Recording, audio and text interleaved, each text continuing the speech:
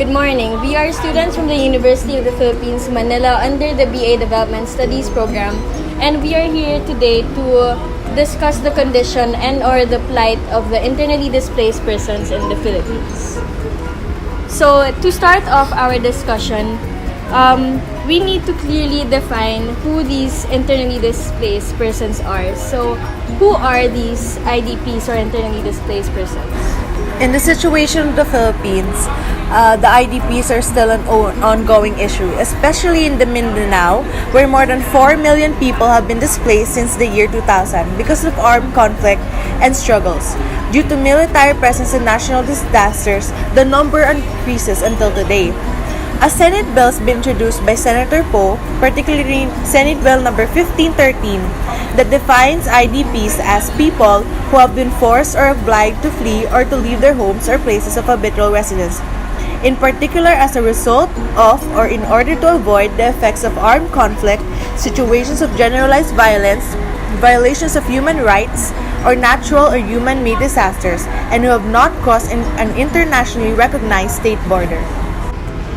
Thank you for that, Sabah. But although you have just given us an in-depth definition of who these IDPs are, I'm sure that our audience might be wondering, what is the difference between an IDP and a refugee? So, would anyone like to distinguish one from the other?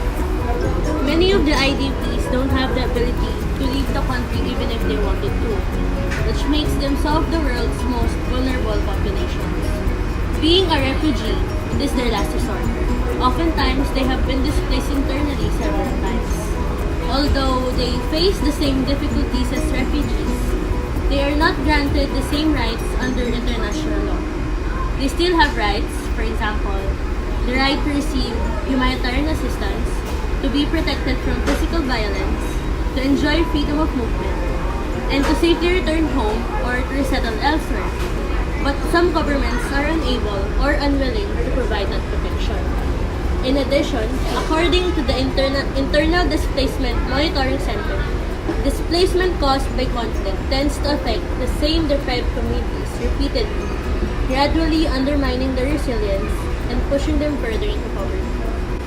Thank you for that, Janice. But having clearly defined who these IDPs are, I think it's imperative or essential that we be educated on the causes of these people's internal displacement. So, what are your thoughts on these?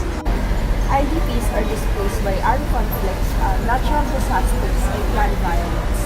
Majority of IDPs are those who fled from their homes in the autonomous region of Muslim Mindanao, or ARMM, as a result of fighting between the government and the MILF. But violence and insecurity have also been fueled by the activities of other Muslim non-state armed groups, including the BIFF, as well as by clan feuds or RIDO. Between powerful Moro clans, the status was often driven by political rivalries and land disputes. The Philippines and Mindanao, in particular, is prone to rapid onset natural disasters, mainly typhoons and floods, but also earthquakes and volcanic eruptions. They are subject to mandatory evacuation and are usually forced to reside in evacuation centers. Non-natural disasters like fire, demolition of houses, and development projects have also forced IDPs to flee their homes.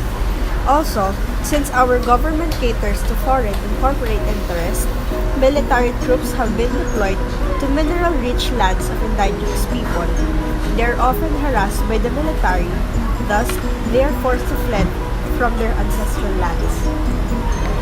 So, as observed from all that's been said throughout the duration of the discussion, I've noticed that armed conflict or warfare has been mentioned several times. So, would anyone like to expound on what is so noteworthy within or between the relationship of the armed conflict and these IDPs? Yes, well, the AFP have ordered continuous bombings on the city of Marawi, and the damage done to this city is very severe, so many buildings are being toppled and destroyed.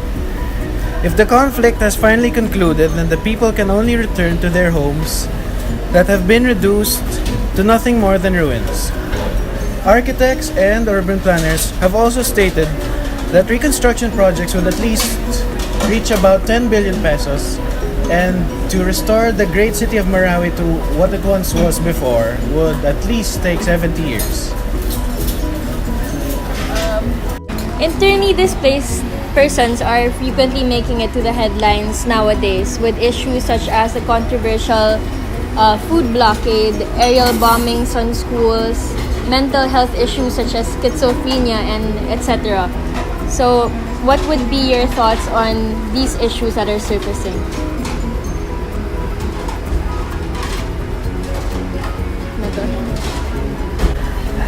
There's also, I think there should be a prioritization, not just physical prioritization or of aid, as in relief goods and food. There also should be mental health programs to aid those internally displaced people who most likely be experiencing mental health disorders such as post-traumatic stress disorder and the like. To add with that, I think IDPs are also very prone to prostitution and as victims of rape, since we all know that rape is used as a political weapon. And yeah. So, would anyone like to add more to that?